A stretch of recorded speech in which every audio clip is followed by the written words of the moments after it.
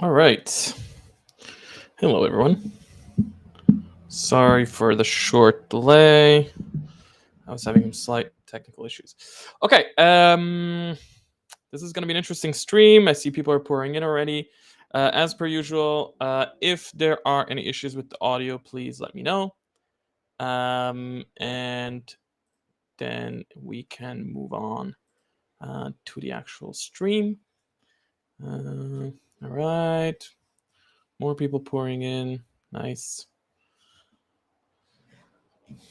Hi, everyone. All right, audio sounds good. Cool. Okay, I'm gonna give it a minute so people can start joining before I get into the actual thick of it.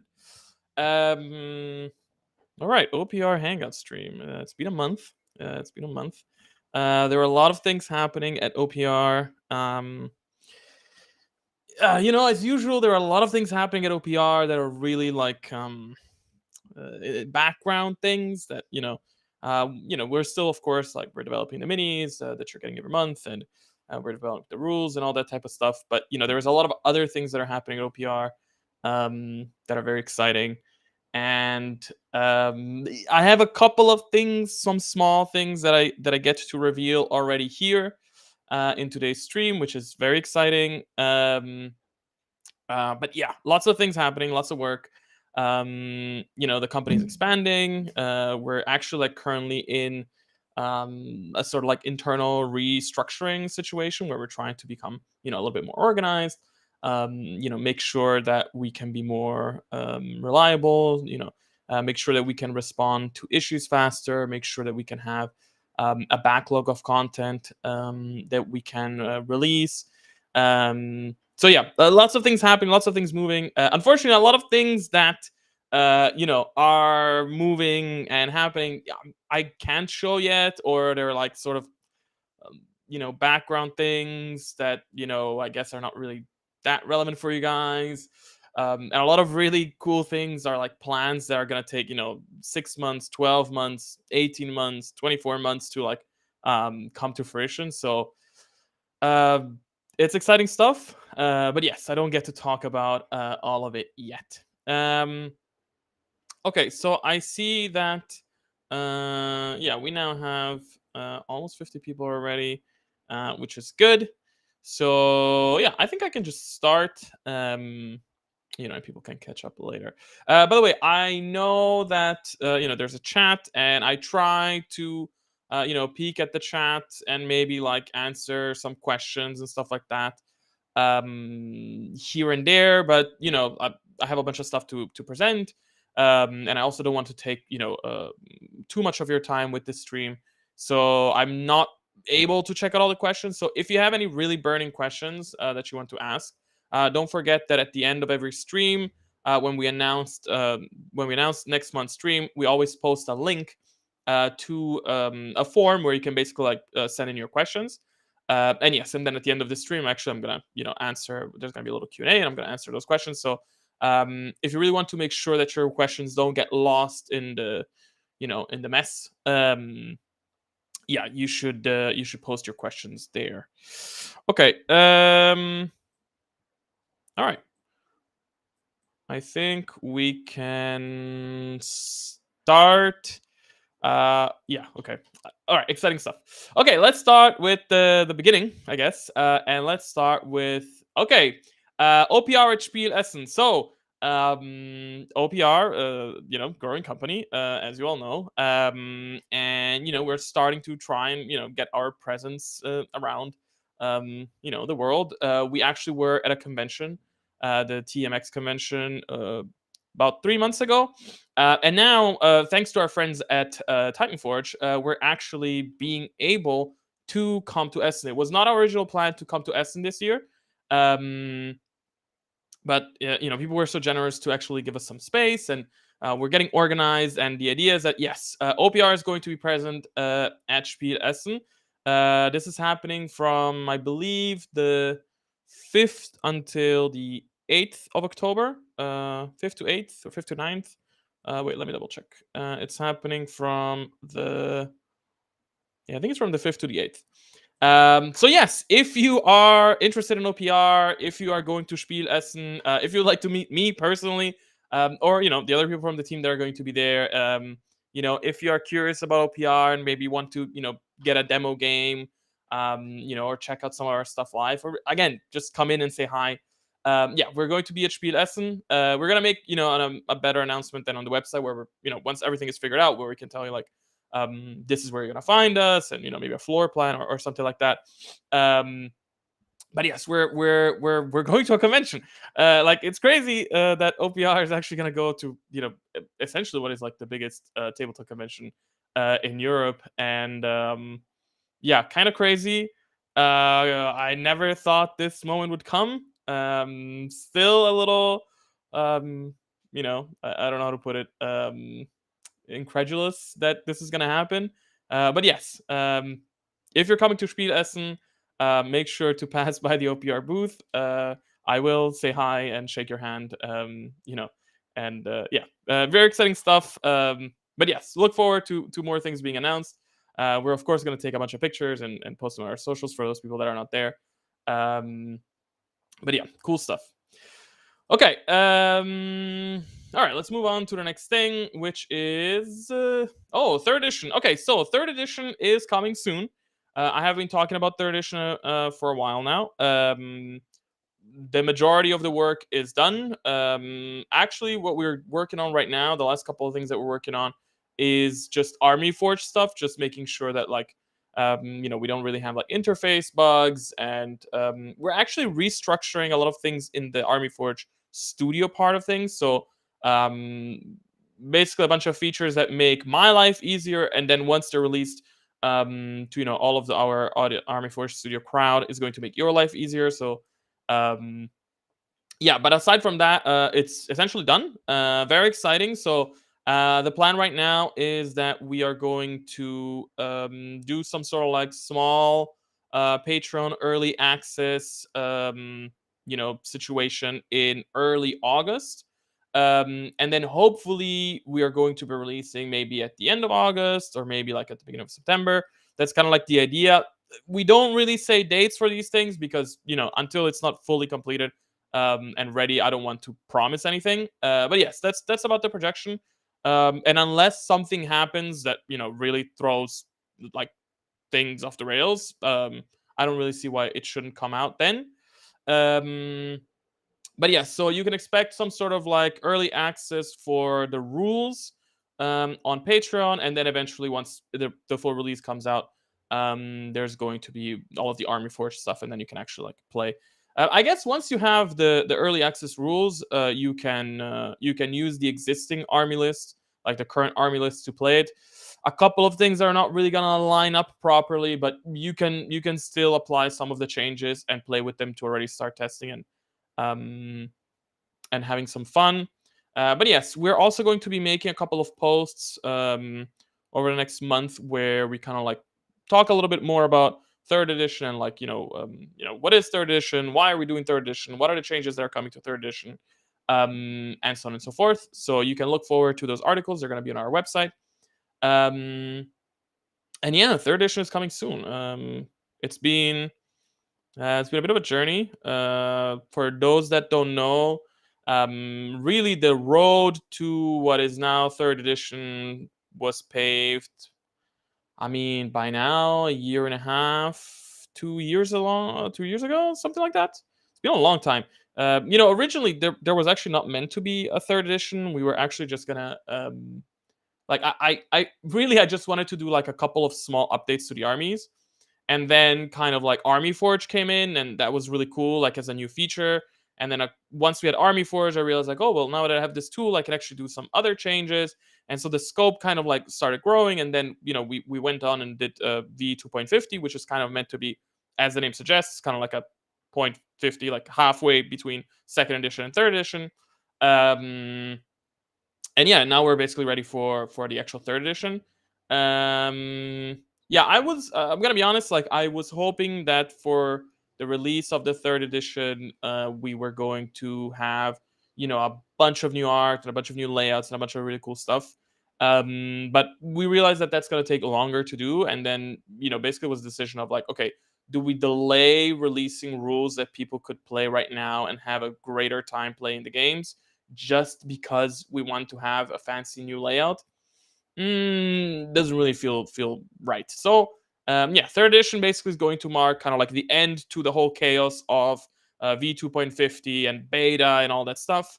And you're gonna get to play the games and have fun. And then eventually when we have like all of the new layouts and all that stuff, we basically like revise the books and provide you with all the cool content. So yeah, third edition coming soon. Very cool. Okay, let me say something about third edition before I know that the hype is real, and there are, here's the thing about third edition. There's a lot of small changes coming to the game, but the games are the same, right? Like, don't expect us to, we're not. This is not a radical shift to the environment, right? It's not like suddenly we go from, imagine like going from alternating active actions to, I go, you go, right? That's not happening, right? It's not nothing huge. It's just a lot of small changes, a lot of clarifications, a lot of balance changes that when they all combine together, it's like it still feels like the game that you know and love, but better. That's essentially it. Okay, cool. So that's third edition. Um, yeah, nice. I'm excited. I'm excited. Okay, what else do we got? Okay, the Grimdark Future World Book. So again, something I've been talking about for many months now. By the way, I think this is not our 11th or 12th stream actually, so it's been about a year now. So yeah, we've been working on this for a while. And yeah, we are basically, so OPR has its own lore for Grimdark Future and for Age of Fantasy. We have our own lore. We have a lore for all the factions, for the worlds, for all that stuff. But for a long time, all of this lore basically just existed like inside of my head.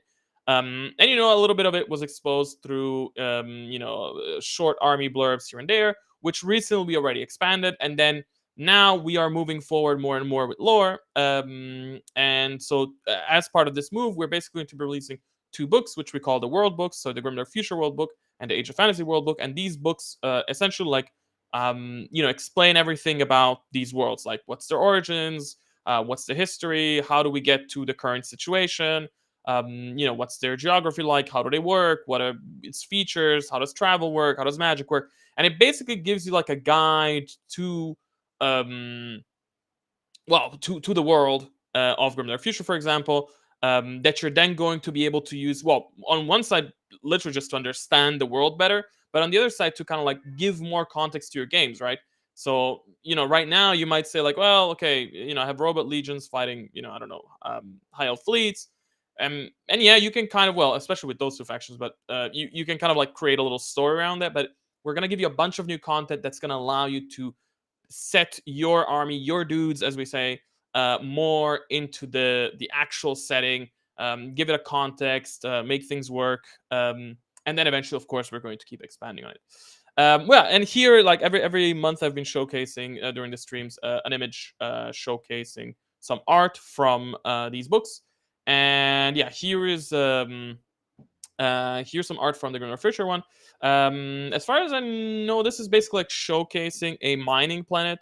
So there's a section or in the book where like we talk about lots of different like planet types and different things and stuff like that. And so this here is basically showing you a mining planet. And honestly, like this is a really cool picture. This is actually like a vertical picture, and here I had to crop it to make it fit. But yes, like I really like this environment where it's this deep drilled planet with some sort of like weird greenish, yellowish sulfur thing, and this feels like the perfect environment where like the dwarf guilds would go and like really dig down into a planet and just extract all the ore and everything that they can find.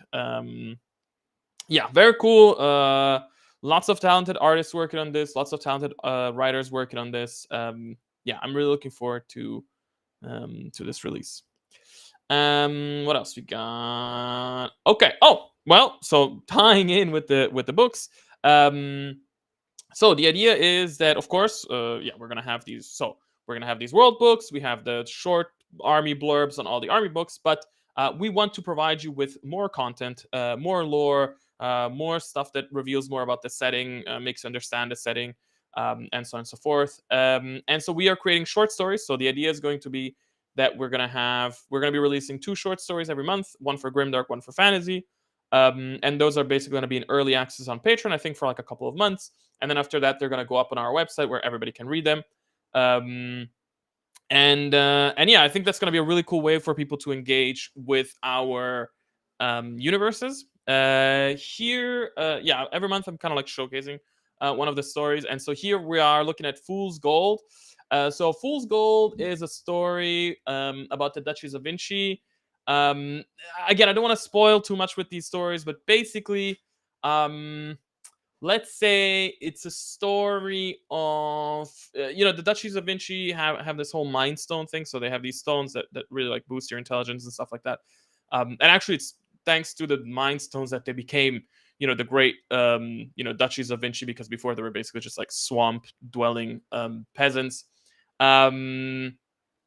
And so yeah, there's basically like a convoy, let's say, sure, convoy traveling with some mind stone in there, some really precious stuff, and a band of ratmen is kind of like interested, let me put it that way. And then hijinks ensue.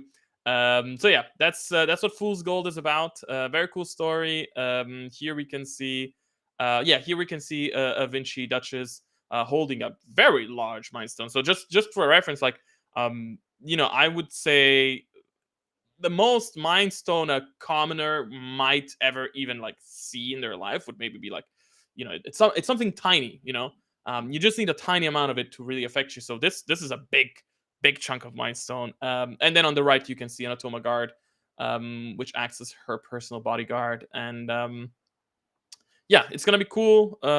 It's gonna be cool. I see somebody asked, it would be cool to have stories based on the results of actual games. So, all right, let me expand more on our plans for short stories and narrative and all that stuff. So, of course, on the one side, we have the army book lore intros. Cool. We know them. We love them. That's great. Then we're going to have the world books. That's great. They explain the world as a whole. Cool. Then we're going to have short stories. That's also very cool. You get some insight there.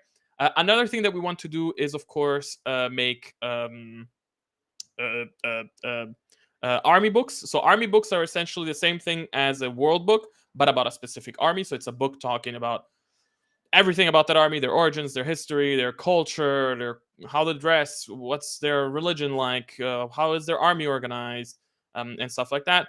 But also another thing that we want to do is, and we had already started, but then we had to stop, which is we want to do narrative campaigns. So narrative campaigns, basically the way they work is like it's a story, and as you play it, you play missions throughout the campaign, and then you go through the story.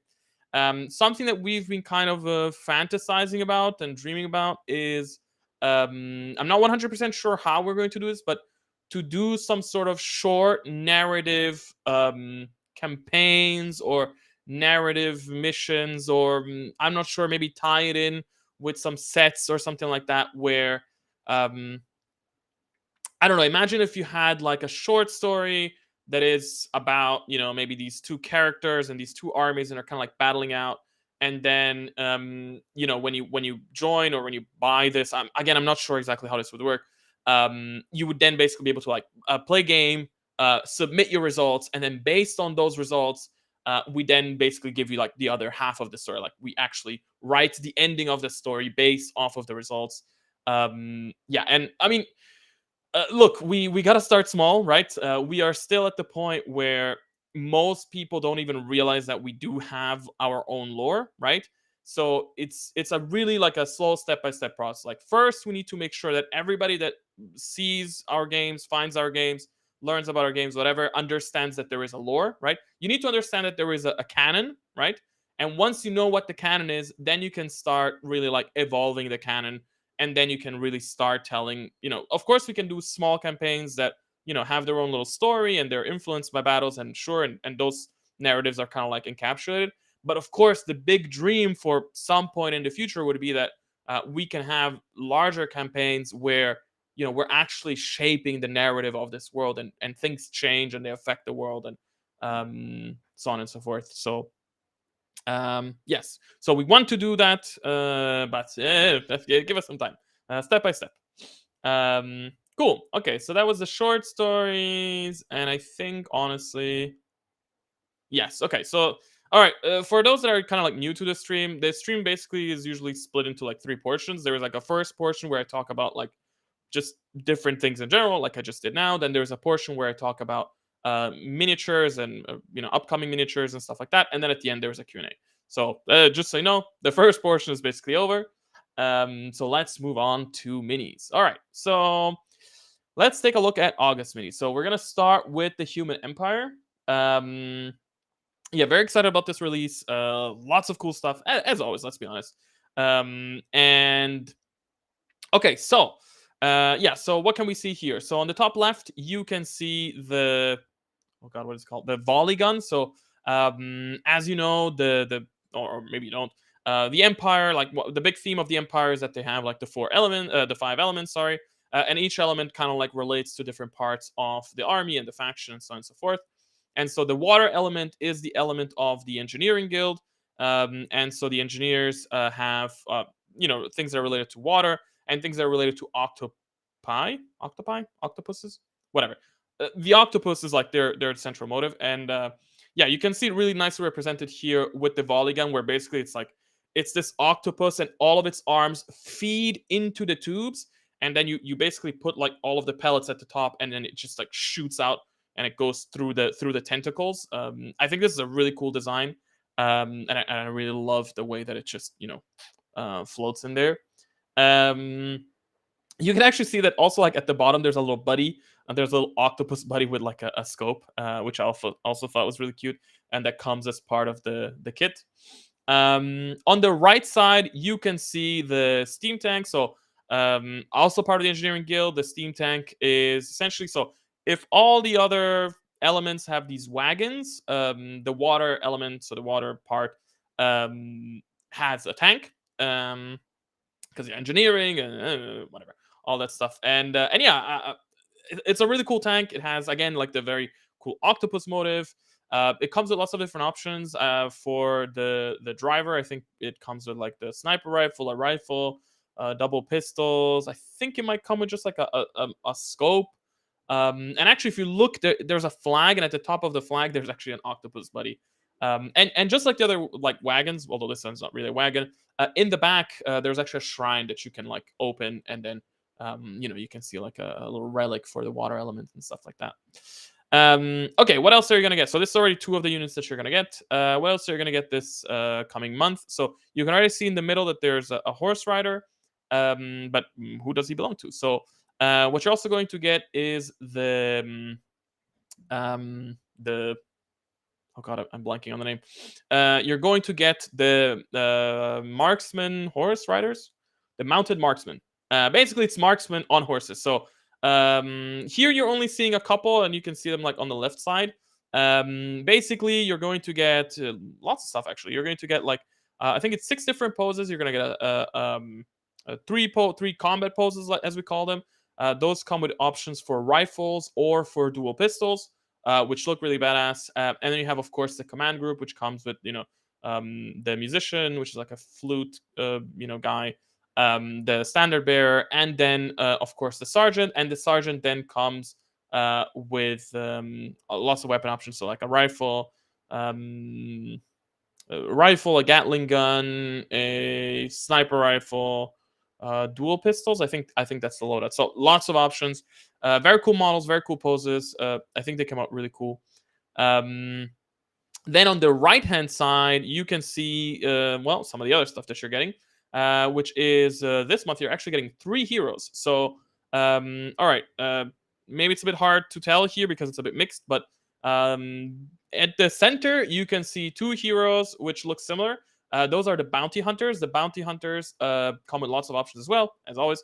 The bounty hunters are basically mercenaries that they're bounty hunters. They're mercenaries, so they don't actually follow the typical empire thing of the 5 elements, and instead they kind of like have their own like mercenary theme.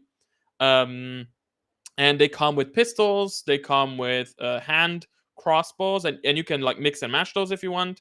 They also come with like a really cool great star on their back. They come with 2 different poses. They come with male options, female options, all that good stuff. So that's one of the heroes you're getting. The second hero you're getting, and you can see it more on the right hand side, is the sorry, I think I have some allergy. Uh, you can see it on the right, well, a little bit everywhere, but on the right hand side, it's the engineer.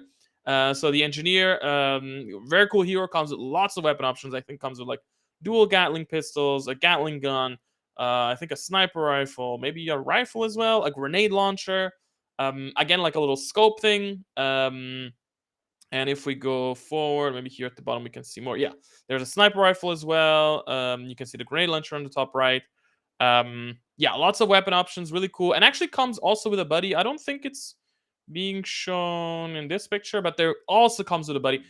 There is so much stuff. Honestly, it's really hard to pack everything into this picture. Like, if we wanted to put all of the models from this month from the Empire in this picture, it would be basically just all gray. It would just all be models. But yes, so you're going to get the engineer on foot with lots of weapon options, and then you're also going to get the engineer on the oh god, is it called the Robo Horse? I think it's called the Robo Horse. Let me double check in the rules. I remember it had like a funky name. So Human Empire. Yeah, on the robot horse. So the robot horse, this is an interesting design. We didn't really want to make a fully mechanical horse for them. It didn't feel right, and then also Vinci already have mechanical horses, so and so what we have here is basically a horse that has these sort of exo suit style things that are attached to its legs and has like a little steam engine in the back, which allows it to basically like go way faster than usual, which I thought was very interesting. And this one also comes with lots of options. So double Gatling pistols, the grenade launcher, the sniper rifle, all the cool stuff that you can expect. Cool. Okay, so that's the Human Empire from for August. Lots of models, very cool. Lots of heroes. Yeah, and you can also like kind of see the I guess I don't want to call it a shift, but maybe it's a bit of a shift of like, the army is slowly coming to an end. Like it's crazy, but like time flies. And we've had the first couple of releases where we had like the more basic common units, and now we're going into the more specialized stuff, which I think is very cool. Very cool to see. Okay, then we're going to have Alien Hives. Okay, Alien Hives, very cool. This is actually the last month of the Alien Hives. As you know, or maybe don't know, whatever.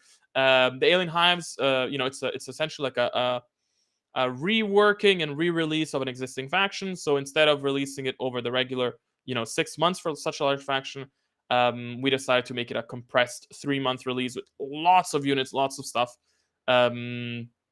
Which is also very exciting. And so yeah, we're already coming to the last month. Right. So what are we gonna get? So at the very top, you can see the Hive Lord. The Hive Lord comes with lots of options. We couldn't show again all of them here because there's too much. So you get the version with wings, without the wings. They're modular. You can place them however you want. It comes with I think 5 different weapon options for the top arms and the bottom arms. So this is one of the few units in the army that does have multiple arms, and usually that's reserved for either the sort of like snake-like units, or for the really big units, or in the case of the Devourer, for those kind of like almost like in between. It's almost like an in between state between like a snaky unit and a big unit. But anyway, so here, yeah, you can see it here. So it has 5 weapon options for the top arms, the bottom arms, but then for the bottom arms, it has the option for these huge cannons. I think you have 4 or 5 options for huge cannons. And this is a new thing. We've already added it to our rules. Completely new thing. Wasn't there before. We have created like these awesome, huge, double-handed versions of the melee weapons as well. So if you want, you can have like, imagine like, 2 swords at the top and then like a huge, massive hammer at the bottom. Or whatever crazy combination you want to do. Like there's like a huge 2-handed sword. There's a pick.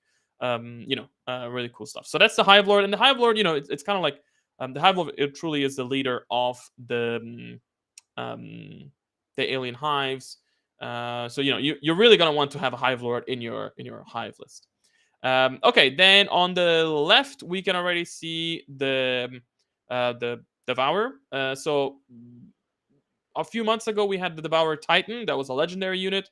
Very cool, very big. It's a legendary. It's enormous. And here we have the regular Devourer, which is a little bit smaller. I mean, it's still a pretty big model, but it's smaller than the Titan. It's smaller. It's more agile. So it has multiple arms. So it has more arms, I guess. So it has like six arms or six limbs. I guess it's four arms and two legs. Very cool. It has like this sort of like spiky tail that kind of like injects venom or something. Has a cool tongue with which it can grasp infantry and just devour them. Yeah, very cool. Like I remember what the old Devourer looked like, and honestly, it was probably maybe was the weakest model that we had in the range. And now I think this new Devourer looks really amazing. I really love it. It fits the style. I love the pose. It's really cool. Okay, let's go for the next things. Okay, cool. So, all right, on the right hand side, the big monster you're seeing there is the artillery beast. So the artillery beast is huge. If you have printed the, I think it's called the tyrant beast. This is about the same size, so it's a really big monster. The artillery beast comes with lots of options as well. So it has, I think, like 5 different guns that you can mount on the back. It has a really, really cool pose. Honestly, again, really cool. It really shows you this sort of vibe that we were going for with the aliens, where it's like they're sort of dinosaur-y, sort of dragony almost, but at the same time retains some almost bug-like features and these sort of like carapace that they have, with all the spikes and stuff. Really cool. Again, if you compare it to the old model, this is an insane upgrade. This is like wow, really cool. I can't wait to get like some cool art made with this guy. Yeah, very excited about this. Then in the middle, you're seeing two models, but actually that look kind of different, but actually they are the same kit. So that's the mortar beast. Sorry. No, one is the mortar. No, oh, sorry. The really big guy is called the artillery beast, and the small one is called the mortar beast. And so the mortar beast, you can see there's two versions. The one that is sort of like at the bottom is what we could maybe call like the traditional version of the mortar beast. So it's a smaller beast with this sort of like spore gun in the back. It has all these spores attached to it, and then it basically like lobs spores as ammunition across the battlefield. But then in the concept art, we had a really, really cool idea where we were like, okay, well, what if we took we made another version that instead of firing the spores, it kind of like releases the spores from its back. And we thought the concept was really, really cool. And well, so we made it, and you can see it here. It's a very cool model. Honestly, some of the best models in the range. By now, almost everything is becoming my favorite thing in the range. So yeah, that's the mortar beast. Then the really big guy that you can see right below them on the left is the Toxico Rex. So the Toxico Rex is one of those models that's got a refresh, not a complete redo. So maybe honestly, if you have the old Toxico Rex, you cannot really tell so much the difference here. But actually, if you have them side by side, there's quite a few differences. The model is much sharper. All the textures have been improved. The thickness of everything has been improved. The old one had like a really thin spike in the back that would misprint or break. Also, the way that the cuts are made for the tentacles has been changed, making it much more convenient. They're kind of like overlapping, so they're not so breakable. They don't misprint so much. Yeah, very cool. Yeah, it's cool to see just an old model but updated. And then what else we get? You get lots of stuff, by the way. Alien Hives is always huge releases now. And then you get all of the stuff that's at the bottom here. So I guess let's start from the top right. So on the top right, you can see 3 sort of like snake creatures. So these are like the ravenous beasts.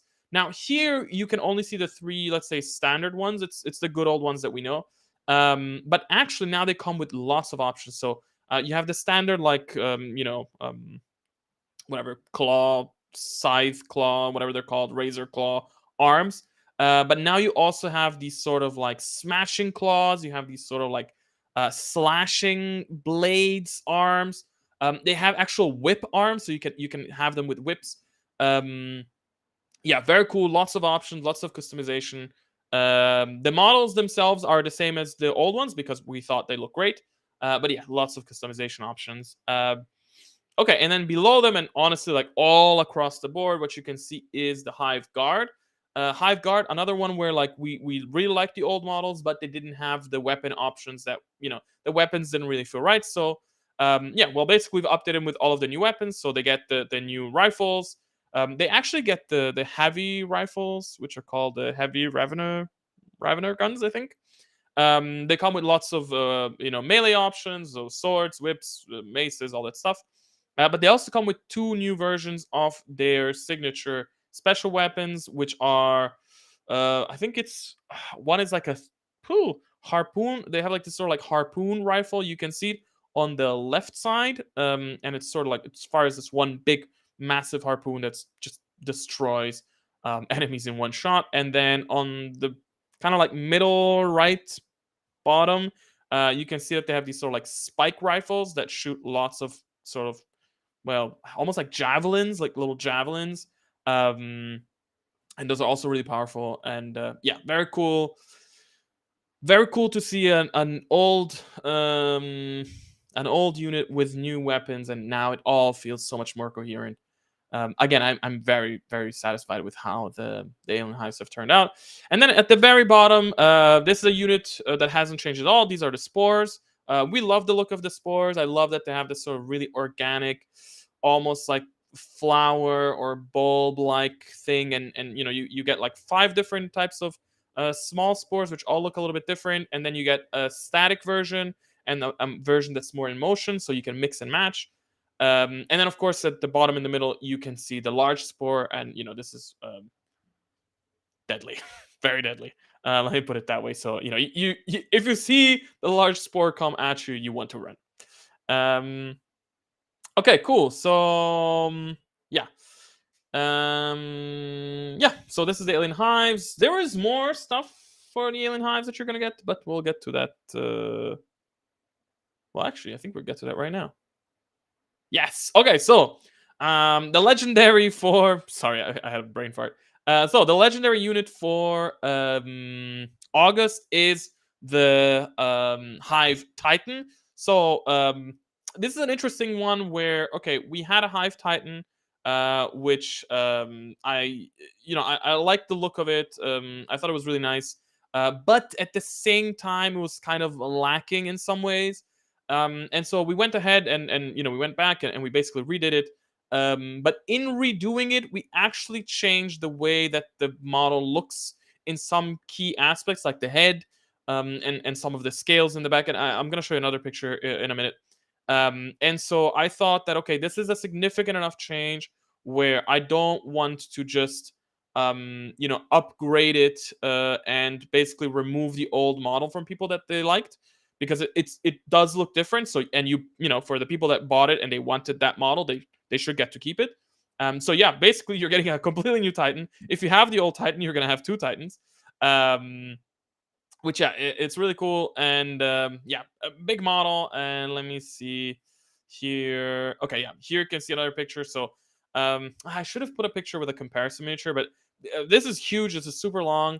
The Titan has these massive like scales in the back, and then like this really cool tail, this flowy tail. And actually, this Titan has sort of like vestigial wings on its oh god, on its like elbows, arms, elbows, which I always thought was like a really cool, interesting feature, because it kind of makes me wonder, like, hey, what if we kind of take this concept and then at some point we make other smaller, completely new units, which are actually the let's say the less evolved version.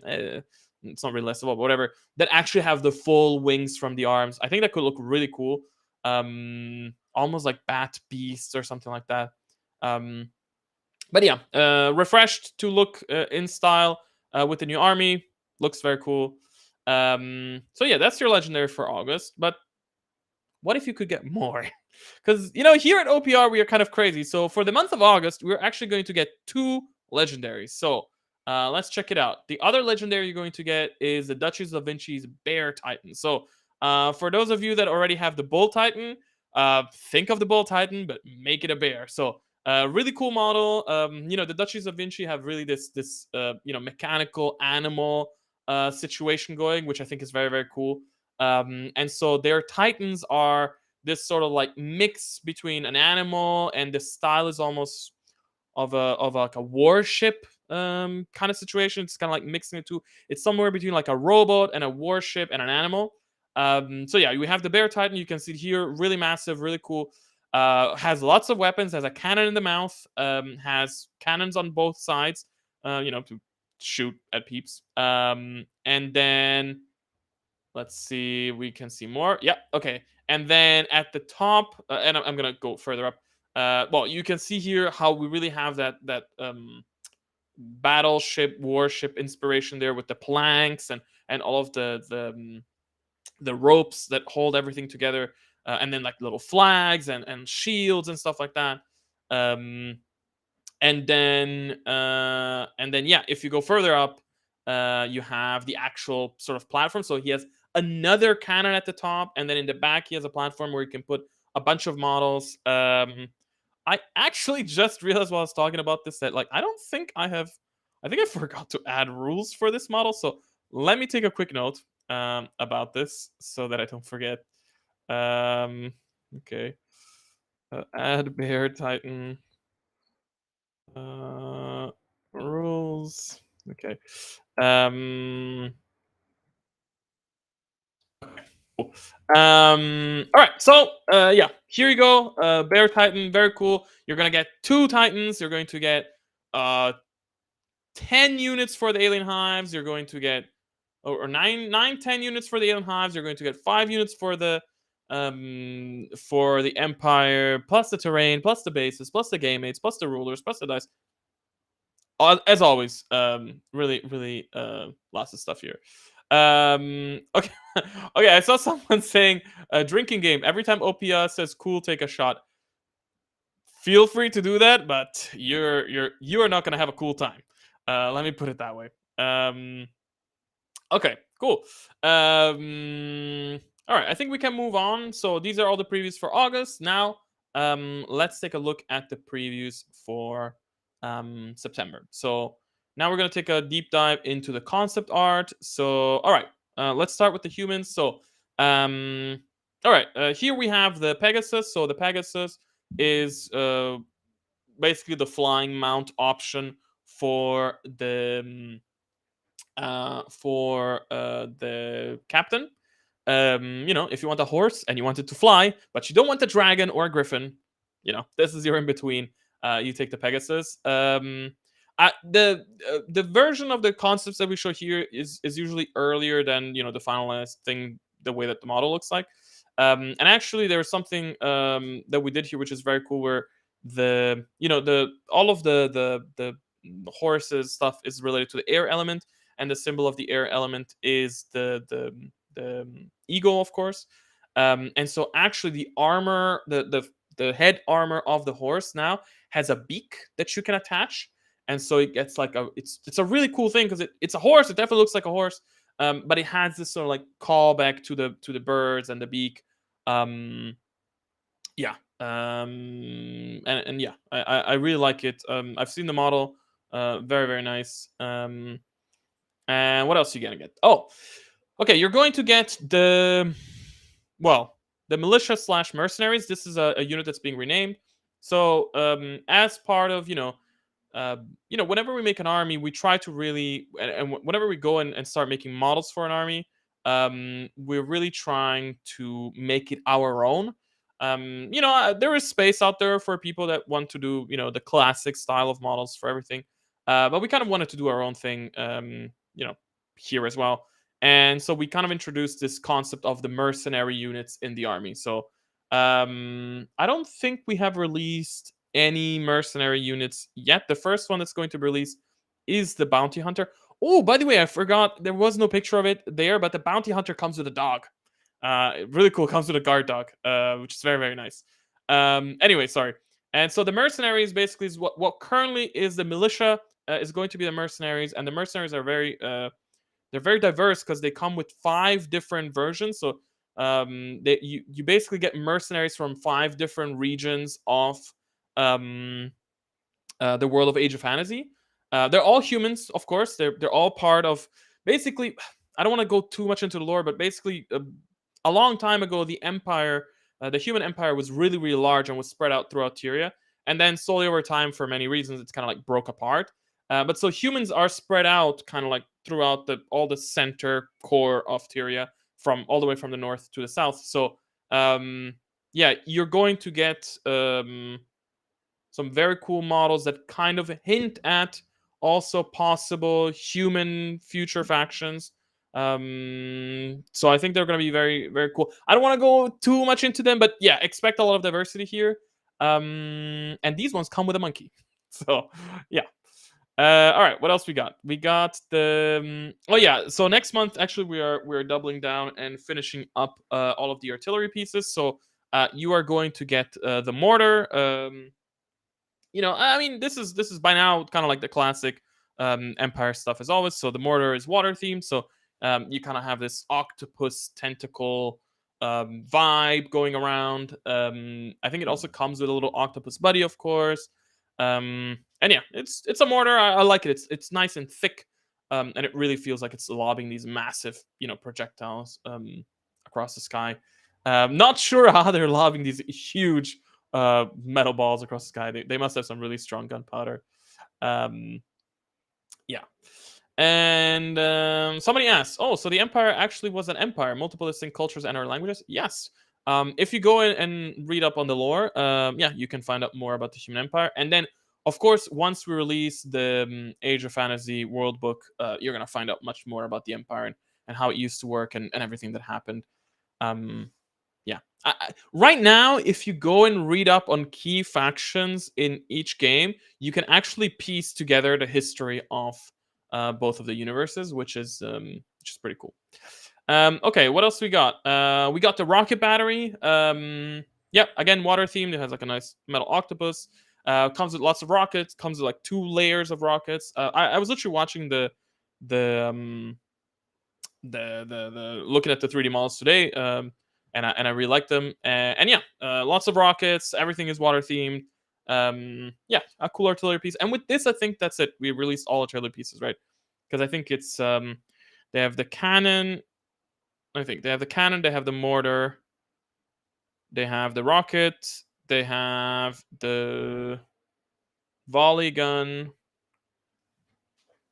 Yeah, I think that's it, right? It's four different options. Anyway, whatever. You're gonna have all the artillery that you need.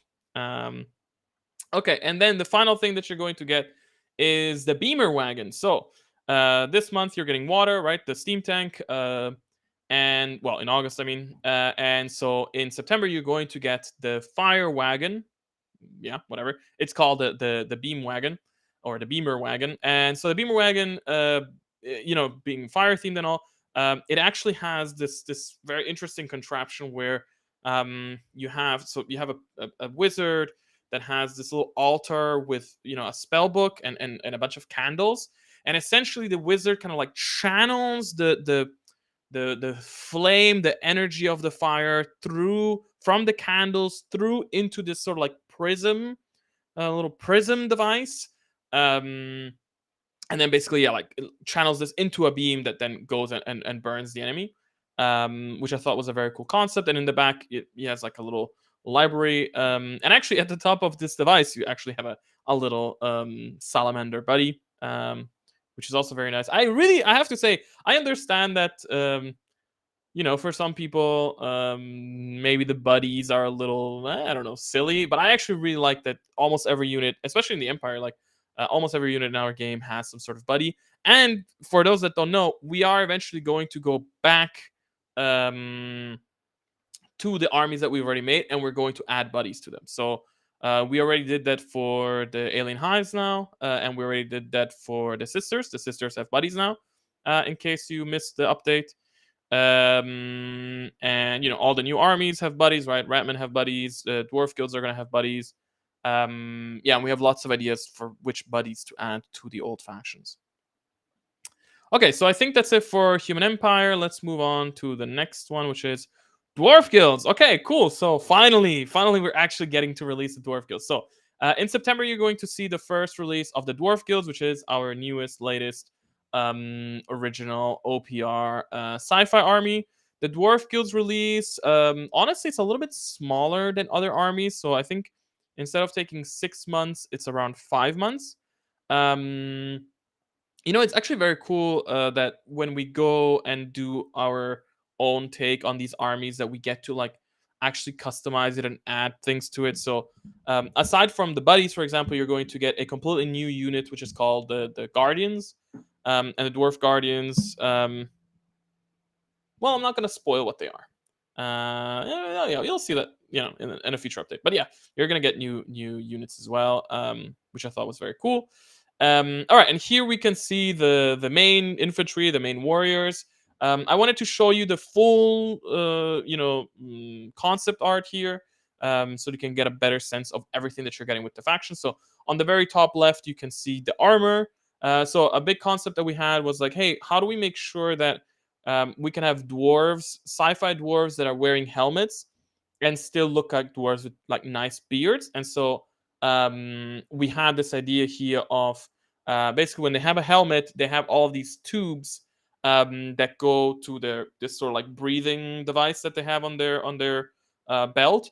And with these tubes, when you actually see them all going across the chest, it actually looks like they have a beard, which I think is a really cool concept. I'm really happy with how it turned out. So yeah, on the top you can see the anatomy, you can see the armor. You can actually see a size comparison with a human empire, infantryman. Of course, once it has the armor, it feels a bit bigger. So these guys are going to be quite chunky. Like compared to the empire guys that you got so far, you can expect these to be chunky. They're smaller but chunkier. Okay, and then on the left side you can see. So let's now look kind of like at the middle. So starting from the left, you can see some helmets variation. You can see without helmets. Of course, as we always do, now you're going to have male and female heads. So you can have an all-female dwarf army if you want. There's some combat shields. You can see the backpacks. You can see like a scanner, the little med kit. And then at the bottom, you can see all of their weapons. Now, the dwarves have this cool thing where for many of the weapons, they have a standard version and like an iron version, which is basically like a shorter range, heavier version of it. So you can see the rifle and then the iron blaster, which is basically a shorter range, higher AP rifle. You can see the shotgun and the iron shotgun, which is like this really massive shotgun that it's again shorter range, more powerful. But then you can see also some of their other like special weapons. You can see what their fusion rifle and fusion pistol looks like. Their flamethrower, their H rifle, which is I really love this concept. It's basically like a rifle that you just jam crystals into it, and it kind of like grinds them down and shoots them. So it acts basically like as a shred rifle. And then yeah, you can see the plasma rifle and a bunch of the pistols, of course, and a bunch of their close combat weapons. So the standard close combat weapon for them is a pick. Of course, we like the idea that it was something very mining themed. And then they have other weapons like a sword, an axe, a hammer, and a gauntlet. And actually, I don't know if you can see it very well here, but the gauntlet is like so big and heavy that it comes with a handle, so that like if it's too heavy, they can actually like help themselves like carrying this heavy ass glove with the other hand.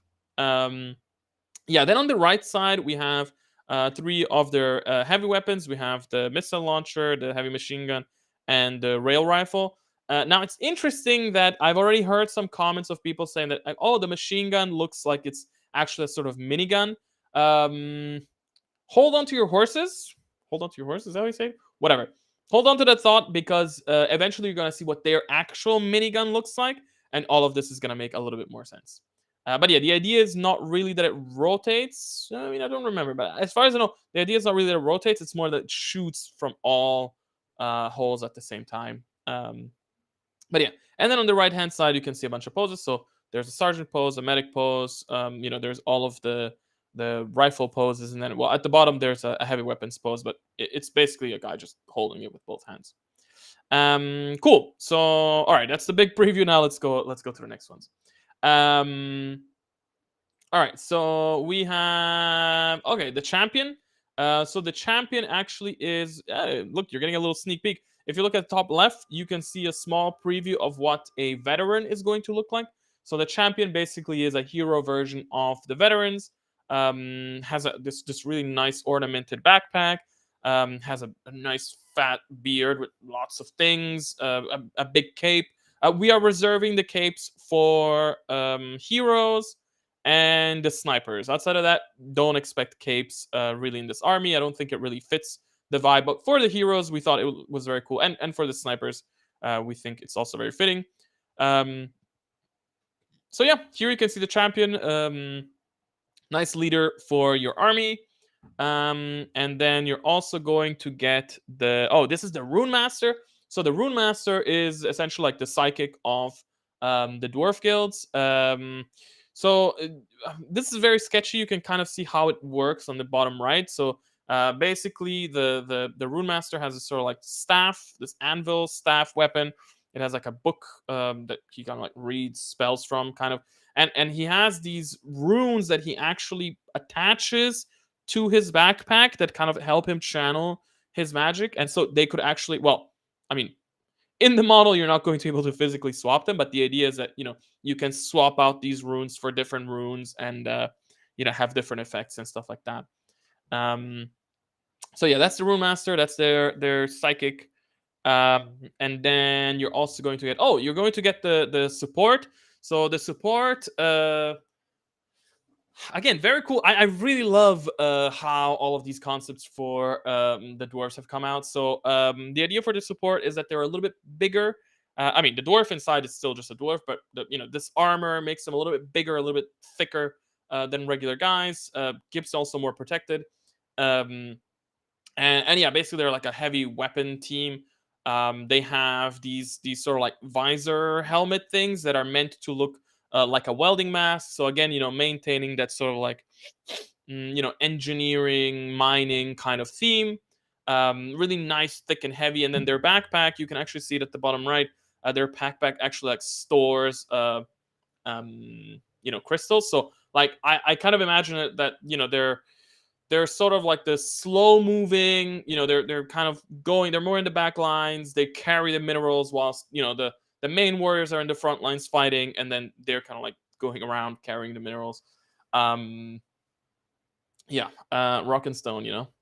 Okay, and then finally the APC. Okay, the APC, honestly, like it took a while, as far as I remember, to like get a vehicle that felt absolutely right for the dwarves, but I think we found it. So the idea here with the APC is it maintains the key shapes of the dwarves, which are these very like angulated shapes and like hexagons and octagons and all these type of things. It has these sort of like really thick wheels inspired by tractors and mining vehicles and construction vehicles and stuff like that. And yeah, I think it came out really cool.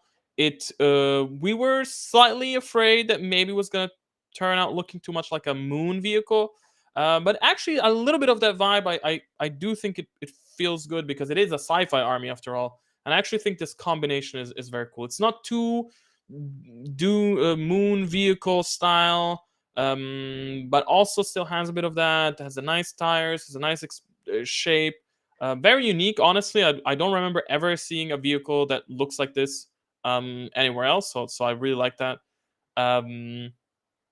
Yeah, very cool, very cool. And yeah, that's it for the Dwarf Guild preview. So you can expect the Dwarf Guilds to come out in September.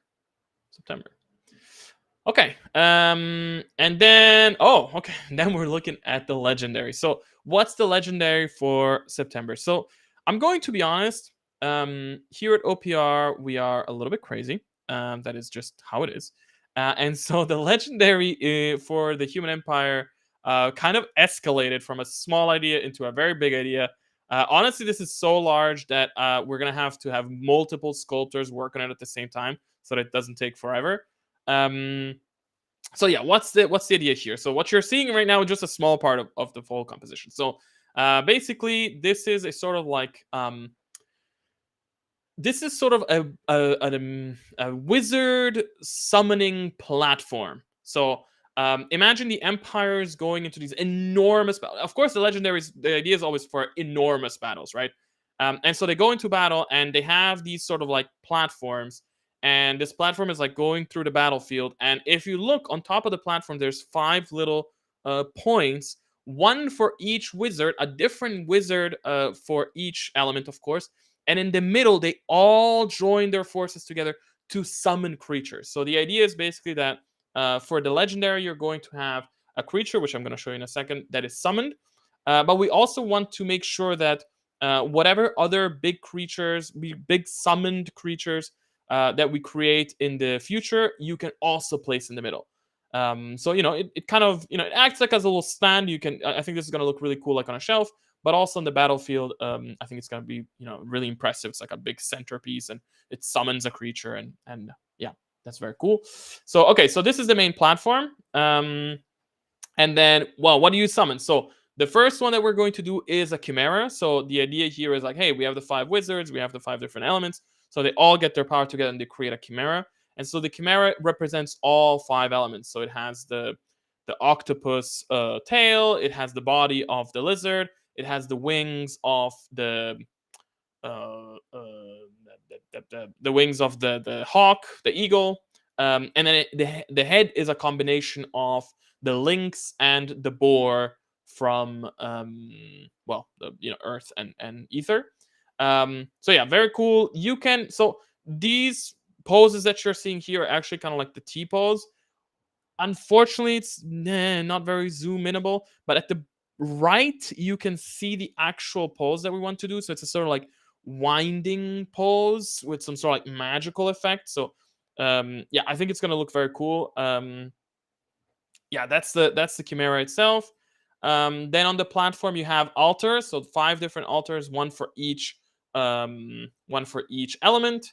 And then of course on each altar you're going to have wizards. So you're not just getting this is the crazy thing. You're not just getting the platform, you're not just getting the chimera, you're also getting 5 wizards. So this is basically like, yeah, you're getting 5 heroes plus a huge beast plus a huge platform, and I think the platform even has like a little driver. So yeah, you're gonna get a lot of stuff. Yeah, here you can see some ideas for the poses. I'm going to be honest; these poses look very involved right now. They have like a lot of magic effects, which I think makes them very cool for regular heroes, so to say. But with the platform, maybe we're gonna remove the magical effects so that we keep it a little bit simpler. Um, yeah, and yeah, that's the platform. We're looking forward to making it. It's gonna be a challenge, for sure. But I think once it's done, it's gonna be absolutely worth it. Okay, so that was the previews for September. So okay, so we know that all right, we know that we're doing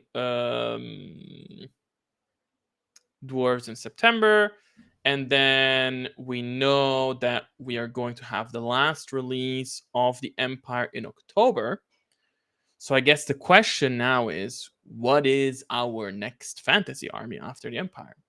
And well, we made a decision a couple months ago. We made a poll at some point, and we already saw that there were some favorable people were very in favor of this army.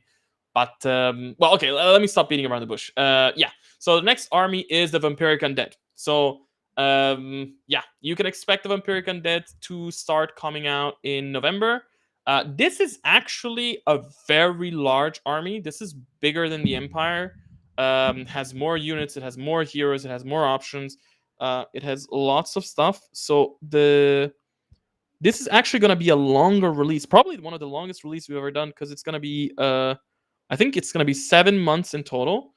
I'm going to be honest, it's a little bit scary, the idea that we're going to be releasing the same army for 7 months, but it is enormous. Like, and actually, it is such a big army, you could probably almost separate it into multiple different factions, because it's like you have, on the one side you have the vampires, but then on the other side you have like the ghosts, and on the other side you have like the skeletons, on the other side you have like the bat stuff, then you have the ghoul stuff, then you have the they have chariots, they have wagons, they have dragons, they have a lot of stuff. So very cool.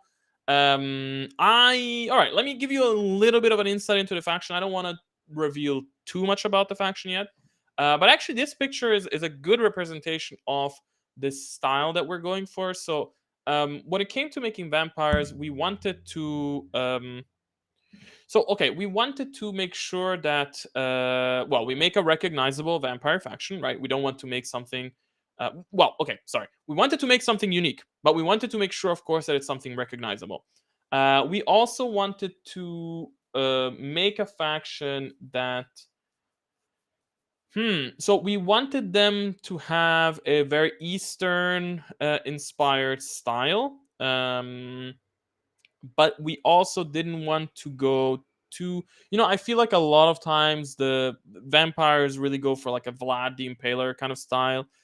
We kind of liked the idea of going maybe a sort of like almost like Siberian Russian vibe, with some sort of like funky hats and stuff like that. But then in the end we said, okay, no, let's focus and go back to like, well, where is like the whole vampire lore from and stuff like that. And so we actually look at inspirations from Eastern Europe, Romania, Hungary, and we're looking at different things like, what are the various things, what are the various elements that we think are very central to vampires. Okay, we have zombies, and we have skeletons, and we have vampires, of course, and then we have bats, and then we have wolves, and then we looked at like how did these things maybe interact with um with people in real life, let's say. And so we found very interesting connections there, where we have this style of sort of like Eastern European nobility, of course, not modern, but like ancient. And we looked, for example, at like, oh, like what kind of things what the kind of things did the nobility entertain themselves with. And so one of the big things that we saw was like hunting, and so they had these specific type of hunting dog. And so, for instance, all of our like wolves and werewolves and stuff like that is kind of inspired by these hunting dogs. So don't expect your typical werewolf. Of course, I mean, it's still going to look like a werewolf, but you can expect something more in our style. Another thing that we saw is like this obsession with like hawk training and hawk hunting and stuff like that. And so we also took inspiration from that. Like they have these sort of like the hawks have these sort of like eye covers, and so we took inspiration from that and put it into other parts of the army, and lots of different things. Honestly, you're gonna see more as we reveal more art. Yeah, very cool. One thing that's important. Um, One thing that's important is, like I said, we are doing our own thing. We know that there are people out there that want us to either copy what other people are doing, or want us to make very, very generic models that they can use for anything and whatnot. This is not our goal. We want to do our thing. We want to do our thing that works with our rules, that can work in other games as a proxy, but that's not the main goal. That looks unique, that works unique, that fits with our lore, and so on and so forth. So, I think there are going to be a couple of decisions within this army that are going to be a little bit controversial. I'm going to be honest, and I'm very curious actually to see how the community reacts. Um, but yes, you can expect a cool army. And okay, so here you're seeing like a nice little symbol preview, whatever. But I didn't want to leave you with just this, so I actually have a nice preview here of a hero, a first preview of a hero from the faction, and here you can actually already start seeing those elements that I was talking about. With like, they're meant to look like nobility, and so we really looked into that Hungarian Romanian nobility, and like what would they wear, what kind of like symbols would they have, what kind of scripture, blah, blah. And so you can actually see here like the type of like little course that he has, the this thing around the neck, the inscriptions, these Gothic inscriptions that you can see in the back and on the armor, and then actually you saw before on the shield. Yeah, you can see these inscriptions everywhere. We're gonna try and see if we can make those as a 3D stamp thing that you can just basically just a dry brush or like a shade or something like that. If it doesn't work, unfortunately, you're gonna have to draw them yourself, which sounds a little complicated, but it is what it is. And yeah, on the right you can see like a nice concept for like a great sword. And one thing that's interesting here, and you can kind of see this from the great sword, is like don't forget that at some point, the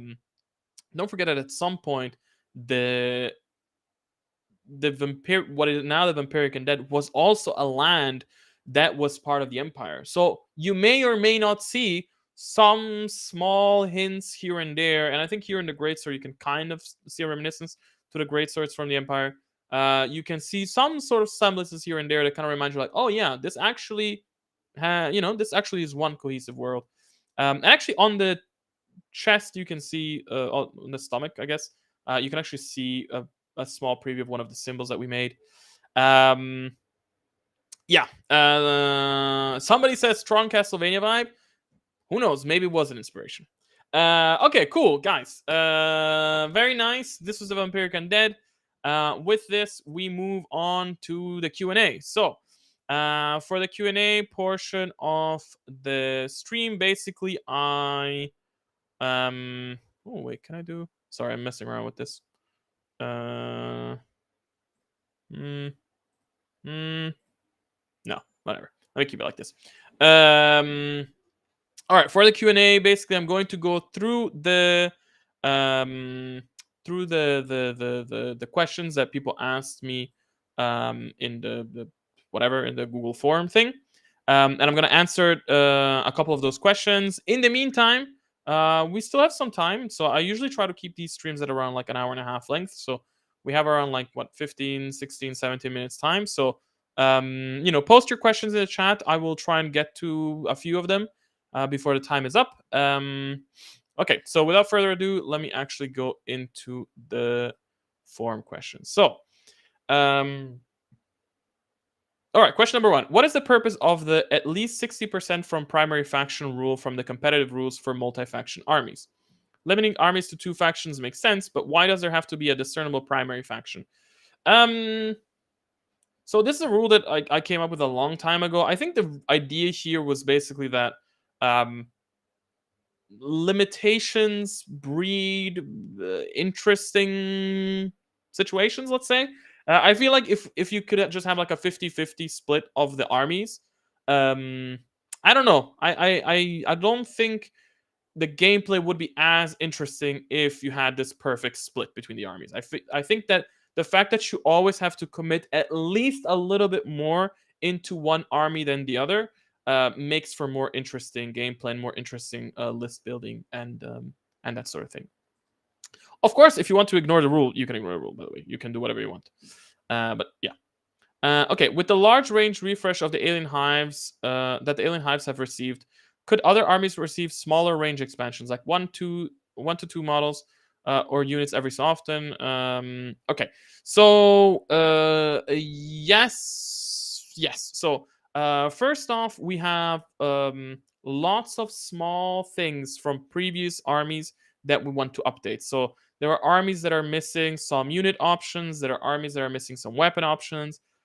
Especially like weapon options for some heroes. Like in a lot of the old armies, heroes just come with one option. Like the Saurian veteran just comes with a spear and that's it. I'm not a huge fan of that. And so yes, we are going back and we are actually, whenever we can fit in our schedule, we shove a couple of little updates here and there. And so yes, you can expect some updates to units from the past.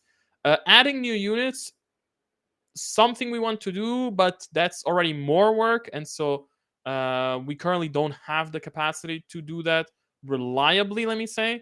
But it is something that we want to do. We want to get to the point where we can release content for already finished armies, or already released armies on a regular basis, to give those players something cool to play with.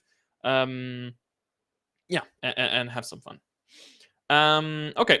Super grateful for the quality minis available. Just wondering about the possibility of getting them with magnetization options. We not we're not really too interested in magnetization options. We do provide options for you to print minis and kind of have weapon swaps, but that extra step of making sure that there is space for magnetization kind of goes beyond the scope of what we really intend. So there are no real plans for that.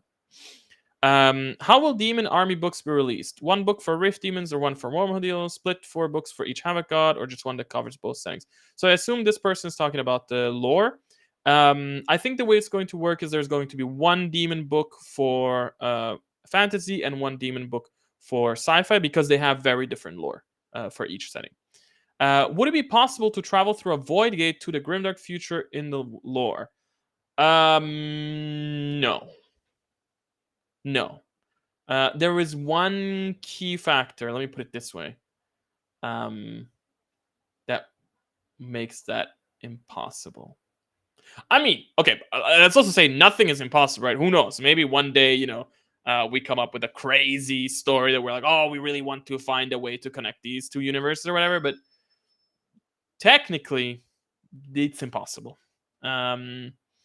Okay, is it likely that OPR will start making FDM-oriented terrain? Also, do you personally have a favorite piece of terrain?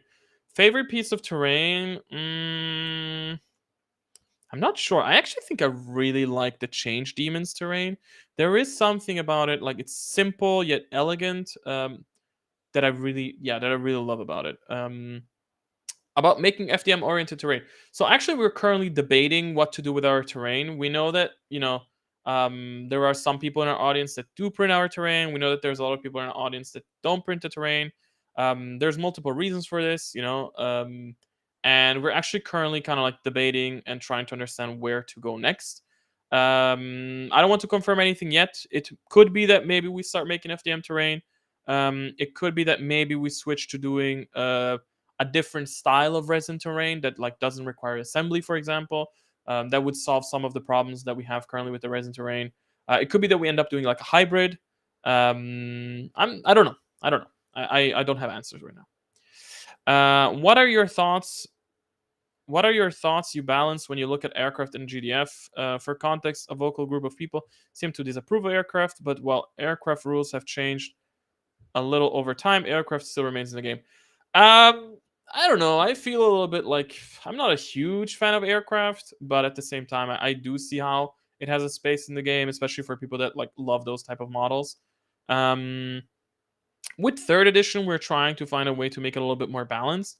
I feel that right now, aircraft is can be quite overpowered, depending on how you play it. Because yeah, whilst aircraft usually only has like tough 6 and defense 2 up, it can zoom 36 inches across the battlefield. People have other units have minus 12 inches to the range, so it's harder to be in range of aircraft, and aircraft can get away really easily. And you get a -1 to hit when shooting at aircraft, which makes it quite resilient. And aircraft usually comes with lots of attacks, which is kind of like one of its features. So I think it needs to be balanced a bit better. But yeah, the idea is to keep it in the game. For those that like it, and if you don't like it, you don't have to play with it. I think it's as simple as that. Why did you choose the vampire and sci-fi dwarves for the next factions you are working on? Well, on the one side, we did polls, and those showed that people were into them. On the other side, we were into them. Just we always really liked the idea of doing the dwarves. We had planned to do the dwarves for a while. In fact, the original idea was to do the dwarves before doing the aliens. But then the aliens turned out to be not such a huge release, so we're like, okay, let's squeeze it in there before. And it also gave us a little bit more lead time to get into making the dwarves.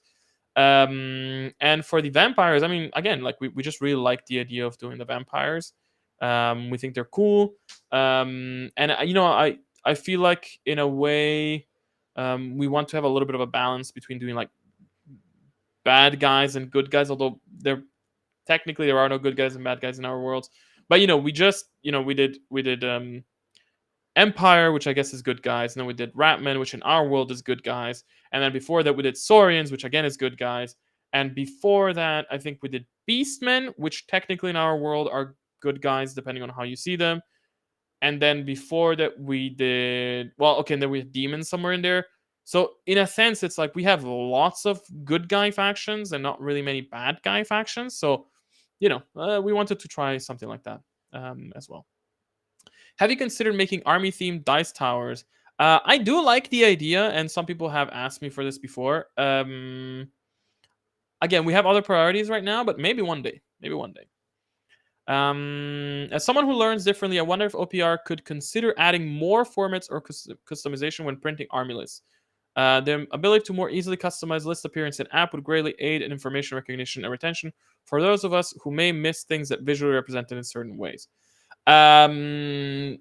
We could possibly do that in the future. I'm gonna be honest, we have already so many things to tackle with the apps, and generally speaking, it seems that for the majority of people, the way that things are currently displayed works. We also essentially have 3 ways to displaying information right now, right? Or 4 ways, or actually 5 ways. You have like when you maybe 6 ways. You have the PDF. You have when you open the army in Army Forge, you have the preview of the army. You have the list building view. You have the card view. You have the list view, and then you also have the text view. So we already have lots of different views for you to use. If none of those work for you, it's a bit tough. I understand, and maybe we will add something in the future, but I can't make any promises right now. Okay, next question. I'm confused about the difference between Warfleet's FTL and Grimdark Future FTL. On the website, it looks like they are the same game, but then why do different rules exist? Okay, so it's essentially a transition. Warfleets used to be just a generic game set in a generic universe, and we have decided to switch to a Grimdark Future themed version of the games. And that's basically what you're getting. If you are a patron, you're going to get early access to that. And so instead of having those 6 generic armies, you actually have, I think it's 16 or 17 Grimdark Future armies. So, or fleets. And we're hoping actually to have it done pretty soon. And then, well, okay, first let's get 3rd edition out. But we're hoping to have it out soon. We're also working on the app for it. And once that's all ready, basically the old war fleets will disappear, and there will only be Grimdark Future FTL. But honestly, like gameplay wise, they are 90%. The core rules are 90% the same. But you do have 17 armies to choose from. Also, will there be physical models available soon? So, I'm sorry. We want to make FTL models that are themed for our armies, but we currently just don't have the production capacity to do it. It's something I've been trying to get off the ground for a long time, but we have lots of other priorities, and so not for now. I'm sorry. What's the most amount of times you've been added from Discord in a single day? Oof. I don't know. I think today I had at some point like 30 ads across like the studio and then private messages and then the main Discord server. So I guess around 30 maybe. That's usually as high as it goes. Will Blasting Grimdark Future fight be reworded to be easier to understand? Yes, I think so. I think that the new version of Blast or the new wording of Blast in 3rd edition Firefight is going to be more understandable. But hey, when we release it, please provide your feedback and we will keep optimizing. Will I be able to combine heroes into a command group in Grimdark Future Commanders? Or will there be some other hero command group options? Okay, so Commander basically is our small scale version of the games. Of course, nothing is ready yet, nothing is released yet. Don't worry if you're hearing about this for the first time. You're not missing out on something that exists. It's just right now it's just ideas. The idea actually for Commander and Generals, which is the fantasy version of Commander, is basically that heroes, they're actually a bit different. So they are not part of units. They're kind of like their own little bases that kind of like float around, and they actually work more like command bubbles. So having units within command range of heroes gives them basically more activation ability. Let's say they get to do more stuff when they activate, and also the heroes can spread buffs to units within their command range. So there's not really command groups, nor do heroes join units. Instead, yeah, they're kind of like floating around, providing these bubbles of command around the battlefield. And actually, it's interesting because, like, in many ways, you could say that the Commander games are quite similar to the main games. And of course, we also want to make it so that it's easy to transition from one game to the other. So from Firefight to Grimdark, and then from Grimdark to Commander. But I actually really like that the heroes make the game feel very different, because depending on where you have your heroes, your army performs better or worse. And in a way, the management of the positioning of the heroes and which heroes you take and how they move around the battlefield and whatever changes things. And I actually also really like that, like, taking out a hero has a lot more significance, because it kind of represents that whole thing of like the chain of command starts breaking down. So imagine if you have like an army that's like spread out too thin, and then maybe like a hero dies at the center of the board, and now suddenly it's like, okay, you have this whole section at the center of the board that's not really able to coordinate and act as efficiently as the left flank and the right flank. And so now you have to be like, okay, well, what do? Do I focus just on my flanks, or do I move one of my heroes and try to get it closer to the center to help out those units, or maybe do I shift my battle plan? Yeah, and I really like it when games have things like that, where it's like really small rule things that completely change how you play the game. Would it be possible to add a recommended base sites to units in Army Forge? No, because the game is supposed to be miniatures agnostic, and yeah, we don't really want to define that for everyone.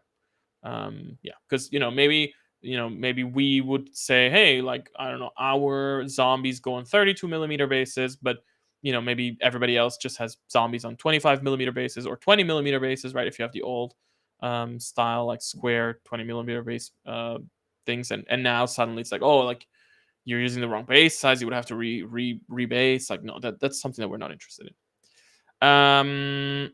In the new rules, will balance issues between massive monsters and multiple hordes units be addressed in some ways? Maybe moving the 33% unit points rule from competitive rules. So I don't want to get into it too much, but yes, we do have some of the rules clarifications that are currently part of, let's say, what's currently called the competitive rules, are actually going to be shifted over to the core rules to make the core game a bit more balanced. And so, yeah, we will provide ways to make the game a bit more balanced when it comes to, the balance between horde units or multiple small units and big units, and packing tons of attacks into a single activation, and stuff like that. Is there any possibility that we may eventually have more of the Titanic units for armies that are not related to the Battle Brothers?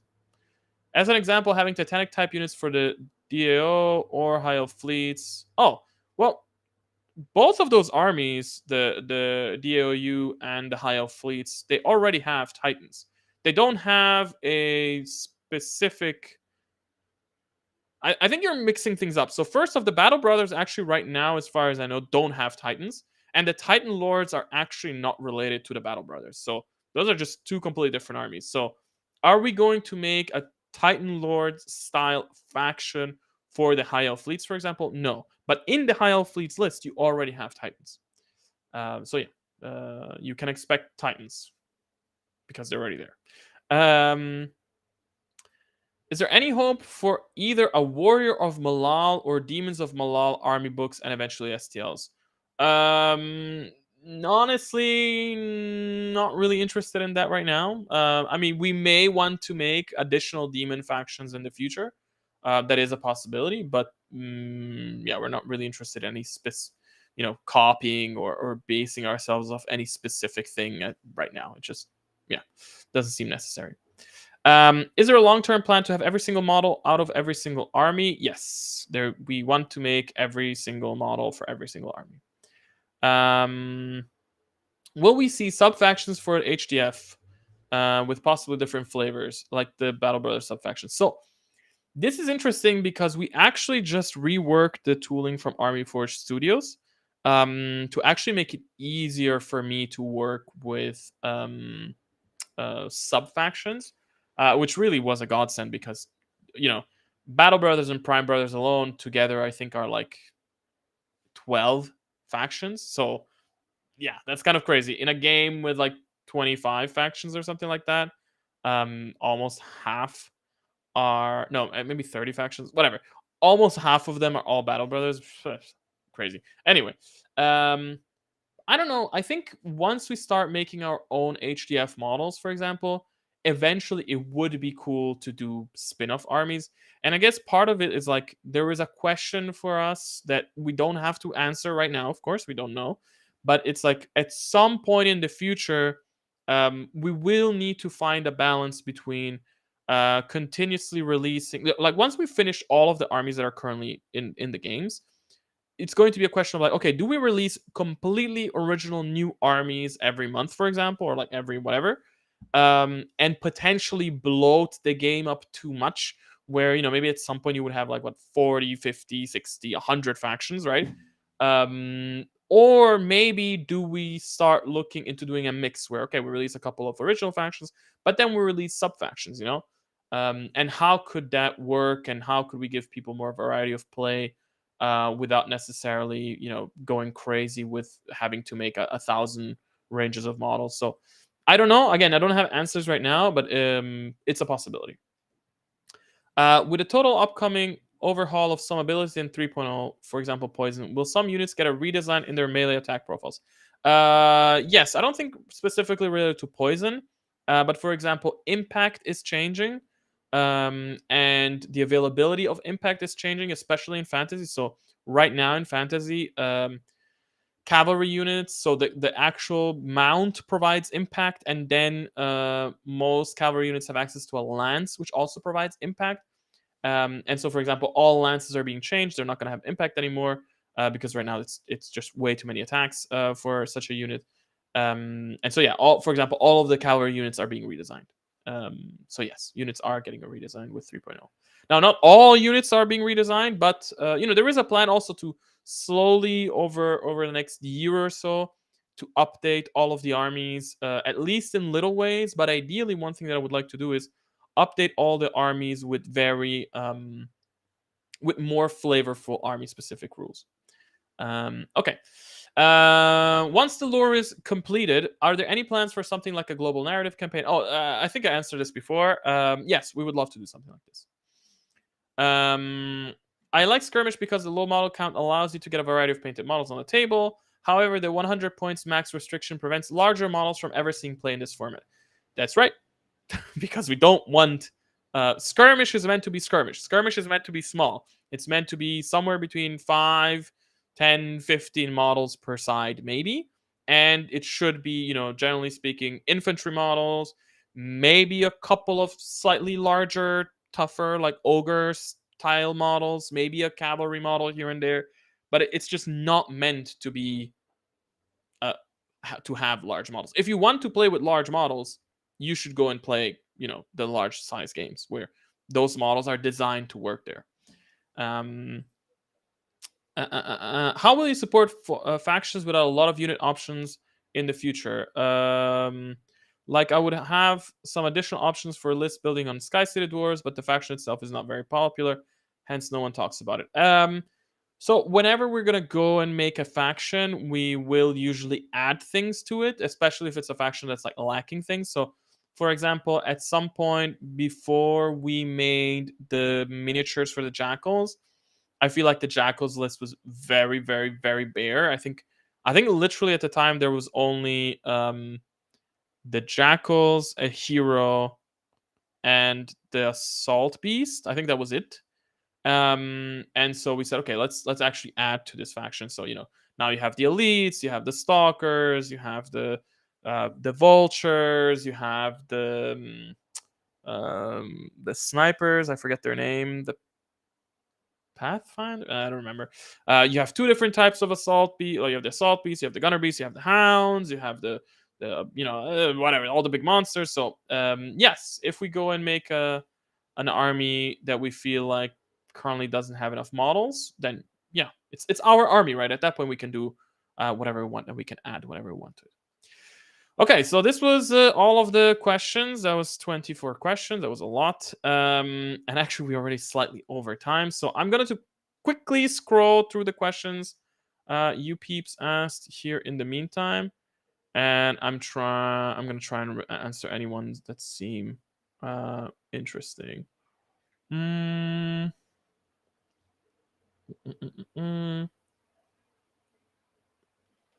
How is the development of FTL and small scale variants going? FTL, I mean, it's almost completely done. Like, sure, we want to like start tweaking a couple things here and there, but like in itself, the actual rules are solid. So they are truly the biggest change, or the biggest thing that we're waiting for is the app. Small scale variants right now are slightly on hold because we basically want to start, since we have the Army Forge thing, we actually want to start making the games with already with Army Forge in mind. And so we're pending right now, because right now we're really focused on getting Army Forge all done for third edition. We're focusing on that, but then the next thing actually is going to be FTL and then Commander, and that will help us get the rules out faster. So it's ongoing, but right now we're focusing on third edition. Are there changes to the OPR games campaign rules coming in 3.0?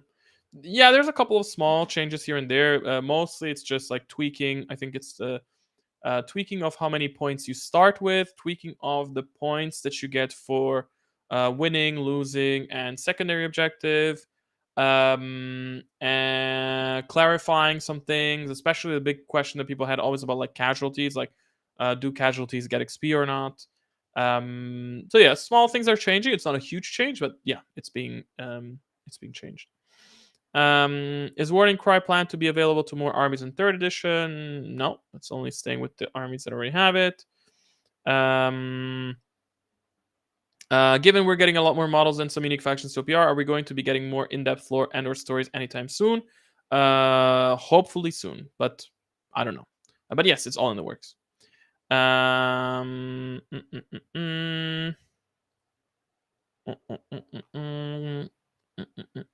could someone contribute stories for OPR? Write your stories, put them in a PDF, and put them in the lore channel, and share them with the community. I think that's the best way to contribute with your own stories.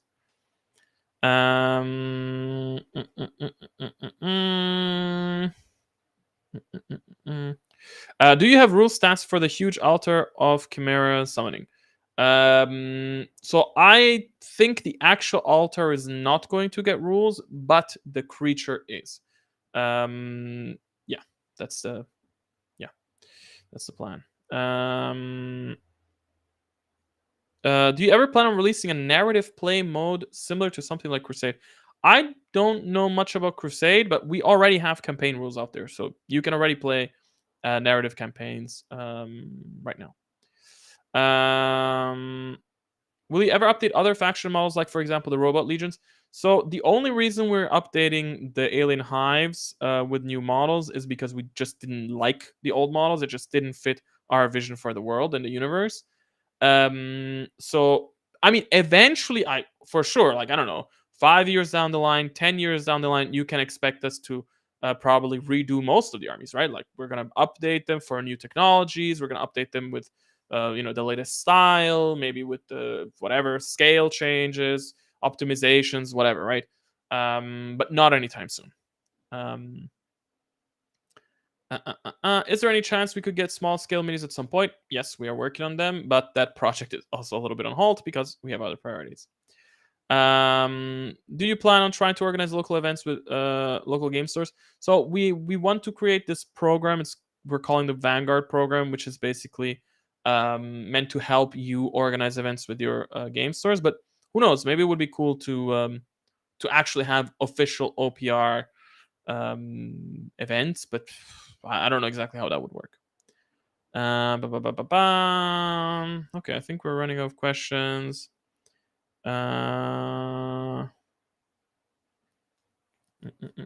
the human defense force ogre get more weapon options, making it easier to use whatever range of miniatures for it? I don't know. Maybe once we actually make the models, we're gonna give it more options. But yeah. Somebody asked, so 3.0 will be before FTL and small scale? Yes, for sure. So 3.0 is definitely coming first. FTL, I mean, it's not that FTL is coming out after 3.0, so to say. It's like it's already available on Patreon, right? If you're on Patreon, you can fully play it. The big thing is like we want to have the app support fully done before we switch and give it to everyone. So in a sense, so yes, FTL is coming after 3.0, although technically it's already there. You can play right now, and small scale is definitely coming after.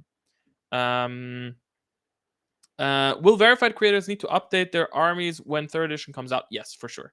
Because things are changing. I mean, unless they don't want to change some things, but some things are just they're just changing. So I'm trying to think of like what's a good example. Well, number one, like the names of certain things are just changing. So like we're consolidating a couple of things. So before, right now, for instance, in fantasy you have the wizard rule, and in sci-fi you have the psychic rule, and we're just switching to having one rule, which is the caster rule. And so that way it's going to be easier to understand, like, to switch between games. Oh, here's a caster, this is a caster, whatever. So right now everything that's a wizard is going to have to become a caster, but technically I think that's going to be an automated change. So I don't know. I'm trying to think about, like, again, it depends on, like, do they want to stick with what we provide as balanced recommendations? If yes, then they're going to have to change things. For instance, like the lance that I was explaining before. Yeah. Are there still plans to add the Nords to Age of Fantasy? There are plans for lots of, or there are ideas for lots of stuff, but there are no current plans to do a Nords faction yet, and so no. And then the final question. Okay, we got to the end. Would the small scale be just rules, just minis, or both? So both. Definitely rules, definitely minis. I wonder about terrain. That's something that we may want to do as well. I am not sure about that. First, we need to figure out what we're going to do with the large scale terrain, right? But yes, so the question becomes again one of how do we release things and when. So I think, okay, this is an interesting thing, and fine, I'll lose a minute on this one. So I think one thing that is happening at OPR, as a company is, and this is my thing, right? It's just in my mind, kind of like this thing has happened where I started feeling that, like, oh, we need to be at the same level of, a really large company, where, like, oh, whenever we release a game, we should release the game with miniatures, with books, with stories, with the app, with I don't know, with marketing, with ads, with painting tutorials, with whatever. And I kind of feel like, in a way, for a moment, I feel like I felt constricted. It was like, oh my god, like every time we want to release something, we should have everything ready to, like, push it out. Um and and honestly, I don't think that's the right way to do it. I think that I kind of got lost in the sauce a little bit, and I kind of forgot one of the big key aspects that makes OPR so great, which is, like, the fact that we're so agile. Like, we get to release things fast, and we get to release, like, the rules first, and then the minis, and then the lore, and then the terrain, and then we can release things in any order. So I think what's going to happen is you're going to get um, you're going to get small scale rules on Patreon first as an early access.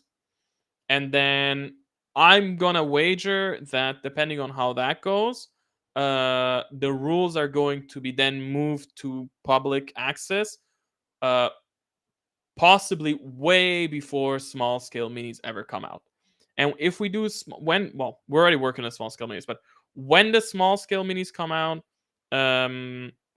also again, I'm pretty sure that the first releases or whatever are not going to come with terrain, for example. Yeah.